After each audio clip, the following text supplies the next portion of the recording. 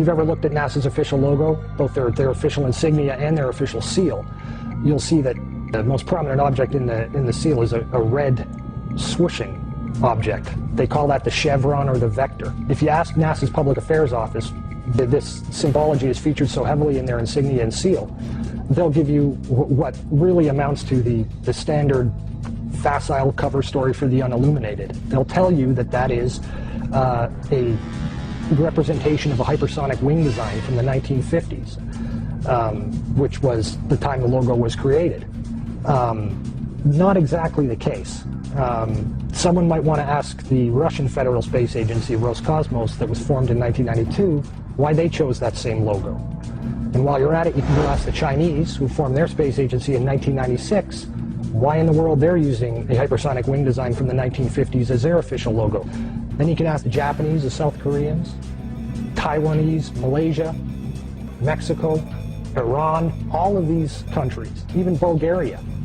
They all utilize the vector symbology in their space agency logos for their national space agencies.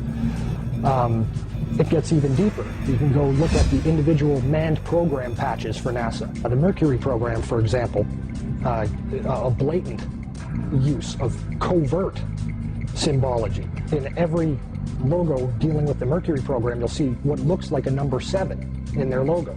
And again, NASA's official story is that they put this number 7 there so that they could pay homage to the original 7 Mercury astronauts. Kind of forgetting the fact that only 6 Mercury astronauts actually flew into space, because number 7 never did. Deke Slayton had a heart problem, so he didn't get to go up.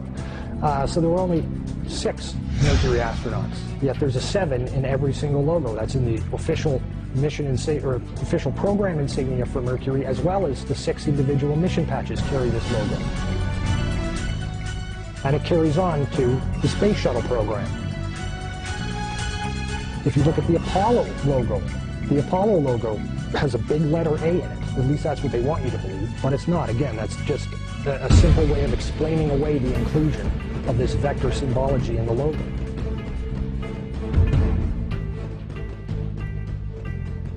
If you go to the Space Shuttle program, the original Space Shuttle STS program patch is a triangular patch that, again, hides the use of the chevronic vector symbology.